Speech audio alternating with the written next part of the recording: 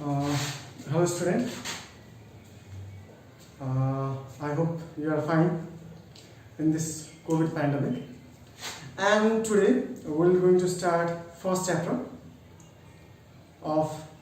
that is measurement, generally of class 9 as well as for 8. So before starting measurement, we should know what is quantity. हो अब measurement सुरु गर्नुभन्दा अगाडि हामीलाई के थाहा हुनु पर्यो क्वान्टिटी भनेको के हो अब क्वान्टिटी व्हाट इज क्वान्टिटी यो नै थाहा नभइकन it will be quite difficult to explain what is measurement के हो त्यो एक्सप्लेन गर्नलाई हामीलाई के चाहिन्छ यहाँ क्वान्टिटी जस्तै तिमीले अब if you give the definition of measurement यदि मेजरमेन्ट को डेफिनेसन दिने हो भने हामी के भन्छौं the process of comparison of unknown quantity with standard known quantity of a same type अब यहाँनिर quantity unknown quantity standard known quantity it is repeated again त्यो दोहोरिरहेछ अब क्वान्टिटी को बारेमा थाहै नभइकन अब हामीले कसरी which is unknown quantity which is standard known quantity भनेर चाहिँ अब त्यहाँनिर चाहिँ अब त्यसको बारेमा थाहै नभइकन मेजरमेन्टलाई त डिफाइन गर्न अलिकति गाह्रो हुन्छ so we should know what is quantity भनेको त्यो चाहिँ हामीलाई के हुनु पर्यो थाहा हुनु पर्यो त अब फर एक्जाम्पल एउटा एक्जाम्पल म लिँदैछु now look at here in our world more than 70% it is covered with water त्यो केले भएको छ पानीले भरेको छ and the remaining part it is covered with land. So you 70% जुन चाहिँ हामी भन्छौं जस्तो 70% it is covered by water and the remaining part is land भनेको 30% part तिम्रो के छ land. अब यो 70% यो 30% यसलाई अब हामी के भन्न सक्छौं क्वान्टिटी किन त अब होल भनेको अब 4 भागमा तिम्रो 4 भागमा त के भन्छ 3 भाग त वाटरले अकुपाई गरेको छ हो त यो 3 भाग भन्नुको अर्थ 3 पार्ट भन्नुको अर्थ के बुझ्नु पर्यो हामीले कि 3 भाग छ 4 भागको 3 भाग भनेको out of 4 part 3 part it is occupied by water त्यो चाहिँ के हो वाटरले अकुपाई गरेको छ त्यो वाटरलाई हामी के भन्न सक्छौं यो 70% लाई हामी के भन्न सक्छौं it is quantity of what के हो क्वान्टिटी त भन्दाखेरि हामी के भन्न सक्छौं यो वाटरको क्वान्टिटी हो र बाँकी चाहिँ 30% के हो यो चाहिँ तिम्रो ल्यान्डको क्वान्टिटी हो त्यस्तै अब फर एक्जाम्पल इन एटमोस्फियरमा 78% के छ नाइट्रोजन ग्यास छ हो अब तिम्रो 21% अथवा 20.9% के छ तिम्रो अक्सिजन ग्यास छ 0.03% के छ तर तिम्रो कार्बन डाइअक्साइड छ त यो सबै value the value that is given of nitrogen और अक्सिजन और carbon dioxide it can also be considered as quantity यसलाई हामी के भन्छौं क्वान्टिटी भन्छौं तब क्वान्टिटीलाई कसरी डिफाइन गर्ने त भन्दाखेरि everything that exist in this universe यो ब्रह्माण्डमा जति कुरा एक्जिस्टेन्समा छ त्यसलाई अब हामी के भन्न सक्छौं क्वान्टिटी भनेर भन्न सक्छौं हो सो नाउ हियर क्वान्टिटीलाई कसरी डिफाइन गर्ने भन्दाखेरि अब the amount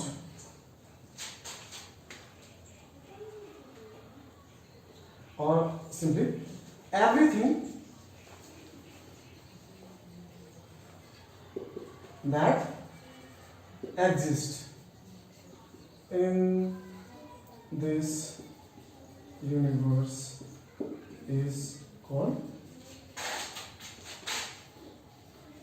quantity.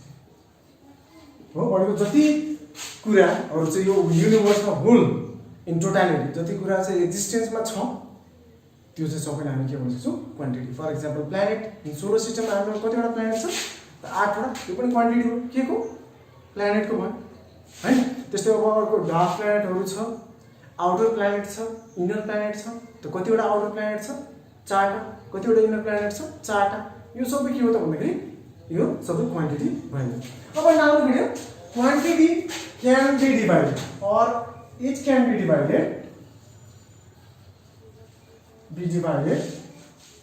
into 2 times हो क्वान्टिटीलाई हामी कतिवटा भागमा डिभाइड गर्न सक्छौँ दुईटा त नम्बर 1 मा छौं हो नन फिजिकल क्वान्टिटी अर्को छौं फिजिकल क्वान्टिटी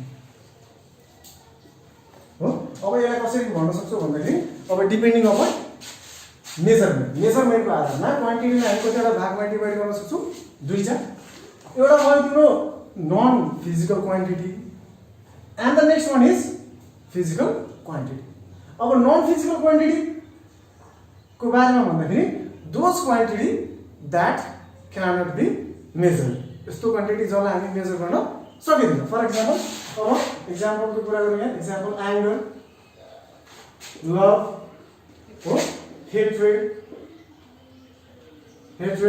एडीसी अब यो कुरालाई चाहिँ अब हामी के गर्न सक्दैनौँ मेजर गर्न सक्दैनौँ अब यस्तो क्वान्टिटीहरूलाई चाहिँ हामी मेजर गर्न सकिँदैन त जुन क्वान्टिटी हामीले चाहिँ मेजर गर्न सक्दैनौँ means those quantity which cannot be measured are called non-physical quantities. Whereas,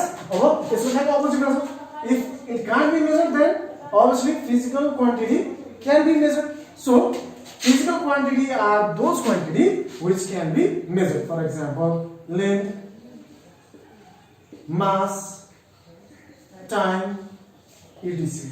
Means this quantity can be measured. So, such type of quantity are known as what? Physical quantity हो अब non physical quantity को definition भन्दाखेरि अब के भन्ने भन्दाखेरि those quantity which can't be measured are known as non physical quantity and physical quantity are those quantity which can be measured. For example, non physical quantity को example तिम्रो anger, love, hatred हो affection त्यस्तै अब तिम्रो physical quantity को कुरा गर्दाखेरि length, mass, time. These are the quantities which can be measured. अब यसको अलिकति डेफिनेसन म यहाँ लेखिदिन्छु. You can copy it in your copy.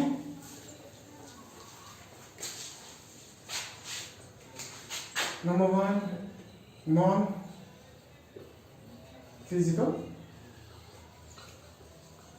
quantity.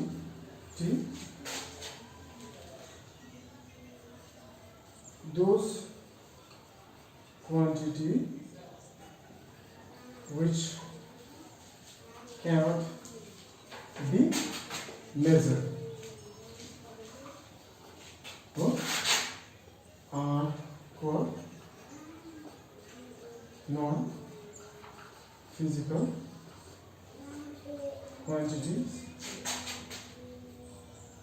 quantities. Example: love, anger, etc. Whereas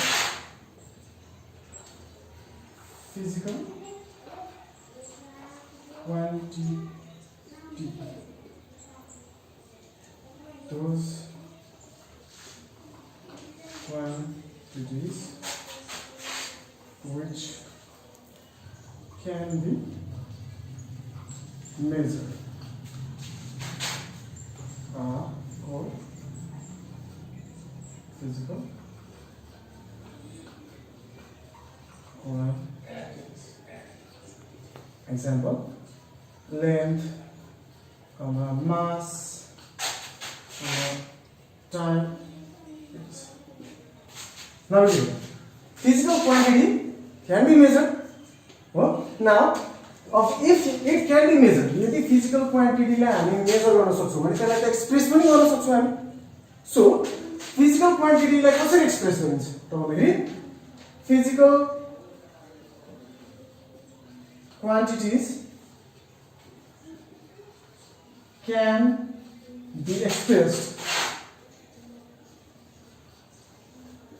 by using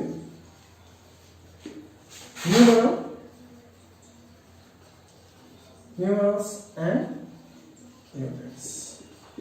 So, for example, physical quantity is equals to numerals into units. For example physical क्वान्टिटीलाई हामी numerals र युनिटले चाहिँ के गर्छौँ हामी express गर्न सक्छौँ। जस्तै अब हामी फिजिकल क्वान्टिटी भनेपछि के भयो मेजरेबल क्वान्टिटी। जस्तै अब लेन्थ हो, लेन्थ फिजिकल क्वान्टिटी भयो, लेन्थ इक्वल्स टु अब के हो भन्दाखेरि अब न्युमरलमा हामी कुनै युनिट कुनै नम्बर हाल्यौँ जस्तै 5 मिटर, त 5 भयो हाम्रो के न्युमरल भ्यालु र मिटर भयो के तिम्रो युनिट भयो।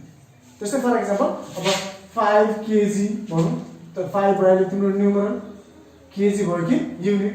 त अब यो भयो अहिले के को त भन्दाखेरि तिम्रो मासको, मास पनि फिजिकल क्वान्टिटी हो। जस्तै अब टाइमको कुराहरू 10 सेकेन्ड हो, त अब टाइम भयो 10 सेकेन्ड, टाइम फिजिकल क्वान्टिटी भयो 10 भयो तिम्रो न्युमरल हैन। त्यस्तै अब सेकेन्ड भयो तिम्रो के युनिट्स हो। त अब यहाँ फिजिकल क्वान्टिटीलाई हामी कसरी चाहिँ एक्सप्रेस गर्न सक्छौँ भन्दाखेरि by using numeral and units है। अब आफ्टर दिस अब यति हामीले बुझिसकेपछि now we can define what measurement. अब यति हामीले बुझेपछि अब हामी के गर्न सक्छौँ भन्दाखेरि मेजरमेन्टलाई चाहिँ डिफाइन गर्न सकिहाल्छौँ हामी। त अब यहाँ हामी measurement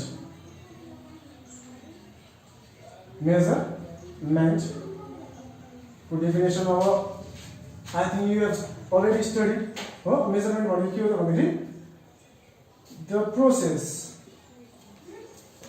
of comparison of unknown quantity with standard known quantity of a same time. अब मेजरमेन्ट भनेको के बुझ्नु पर्यो भन्दाखेरि measurement means it is the comparison of unknown quantity with standard known quantity of a same type. अब comparison भनेको त हामीलाई थाहा छ तुलना, कम्पेयर। अब के को कम्पेयर त अननोन क्वान्टिटीलाई चाहिँ हामी के गर्छौँ भन्दाखेरि अब स्ट्यान्डर्ड नोन क्वान्टिटीसँग के गर्छौँ कम्पेयर गर्छौँ। त्यो पनि कस्तो सेम टाइप। फर एक्जाम्पल अब हामीले बिन ब्यालेन्स त थाहा छ। अब बिन ब्यालेन्समा सपोज यो बिन ब्यालेन्स हो भने बिन ब्यालेन्सको एक साइडमा हामी के गर्छौँ अब हामी नोन क्वान्टिटी राख्छौँ, त्यो पनि कस्तो स्ट्यान्डर्ड। फर एक्जाम्पल अब मैले यहाँ 5 केजी राखेँ त यतापट्टि अब हामी के गर्छौँ अननोन क्वान्टिटी हाल्छौँ हो। अब जे लिनु सक्यो जस्तै फर एक्जाम्पल अब if you want to buy vegetable अब हामी भेजिटेबल हाल्छौँ होइन, जे कुरा लिनु छ त्यो कुरा चाहिँ हामी के गर्छौँ अर्कोतिर राख्छौँ। भनेपछि यो 5 केजी हामीले के भयो स्ट्यान्डर्ड नोन क्वान्टिटी भने अब यो चाहिँ के भयो तिम्रो हाम्रो अननोन क्वान्टिटी भयो। अब यसमा पनि कसको बिचमा कम्पेरिजन हुन्छ भन्दाखेरि अब same time means mass should be compare with mass. मासलाई हामी मासैसँग कम्पेयर गर्नुपर्ने हुन्छ, मासलाई मासैसँग कम्पेयर गर्नु पर्यो होइन। अब यदि टाइम छ भने टाइमैसँग कम्पेयर गर्नु पर्यो, लेन्थ छ त त्यसलाई हामी लेन्थैसँग कम्पेयर गर्नु पर्यो। अब टाइमलाई कसरी कम्पेयर गर्ने भनेपछि अब 1 आवरलाई अब हामी के गर्न सक्छौँ मिनट, अब 60 मिनट भयो यो कम्पेरिजन भयो। 1 घन्टा बराबर कति हो 60 मिनट हो। अब 1 मिनट भनेको कति भयो 60 सेकेन्ड हो। भनेपछि यहाँ के भयो त भन्दाखेरि टाइम र टाइमको बिचमा कम्पेरिजन गर्न सकिन्छ हो। त्यस्तै अब मास र मासको बिचमा कम्पेरिजन गर्न सकिन्छ, but we cannot compare mass with time. हामीले चाहिँ मासलाई चाहिँ टाइमसँग कम्पेयर गर्न सक्दैनौँ। त्यो कारणले गर्दाखेरि मैले यहाँ के लेखेको छु डेफिनेसनमा र of a same type means अब फिजिकल क्वान्टिटी पनि कस्तो खाले हुनु पर्यो सेम टाइपको चाहिँ के हुनु पर्यो क्वान्टिटी हुनु पर्यो। भनेपछि अननोन क्वान्टिटी यदि मास छ भने नोन क्वान्टिटी पनि के हुनु पर्यो मासै हुनु पर्यो हैन। अब यदि टाइम छ भने अननोन क्वान्टिटी टाइम छ भने नोन क्वान्टिटी पनि के हुनु पर्यो टाइमै हुनु पर्यो। भनेको जेसँग कम्पेयर गरिएको छ त्यो चाहिँ भनेको चाहिँ त्यो सिमिलर हुनु पर्यो। मास छ भने माससँग, time if it is with time then we have to compare it with time as well because mass and time cannot be related. Mass and time हामी रिलेट गर्न सक्दैनौँ। त्यो कारणले गर्दाखेरि measurement can be defined as the process of comparison of unknown quantity with standard known quantity of a same type. अब now after अब यो measurement को बारेमा अब हामीलाई थाहा भइसकेपछि अब मेजरमेन्ट को चाहिँ इम्पोर्टेन्स के छ मेजरमेन्ट को इम्पोर्टेन्स के छ अब importance of measurement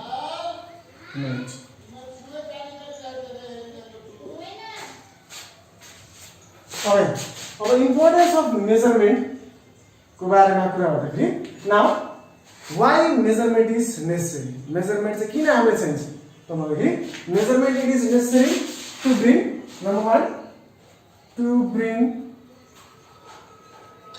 uniformity in the whole world हो अब नम्बर 1 के छ युनिफर्मिटी ल्याउने काम हुन्छ समानता संसारभरि मेजरमेन्ट चाहिँ के हुन्छ एकै किसिमको बनाउने काम गर्छ एकै किसिमको हुन्छ बनाउनलाई चाहिँ हेल्प गर्छ जस्तै for example if you buy 1 kg in Nepal and 1 kg in US the mass will be same mass के हुन्छ सेम हुन्छ त नम्बर 1 हामीले के भयो भन्दाखेरि कुनै पनि कन्ट्रीमा गयो भने 1 kg लिँदाखेरि सेमै हुन्छ बराबरै पाउँछ कुनै ठाउँमा बढी कुनै ठाउँमा घटी त्यो हुँदैन हो नम्बर 1 अब it helps in buying and selling goods हो अब अर्को कुरा के मा हेर्नुपर्छ रे त बाइङ र सेलिङ गुड्समा किन्दा कुन कुरा किन्दा हो हामीले चाहिँ नापेर अथवा जोखेर चाहिँ हामीले किन्न सक्छौं केही कुरा बेच्दा हामीले नापेर जोखेर चाहिँ के गर्न सक्छौं बेच्न सक्छौं त्यसमा पनि मेजरमेन्ट के हो फाइदा हो अर्को हेल्प्स इन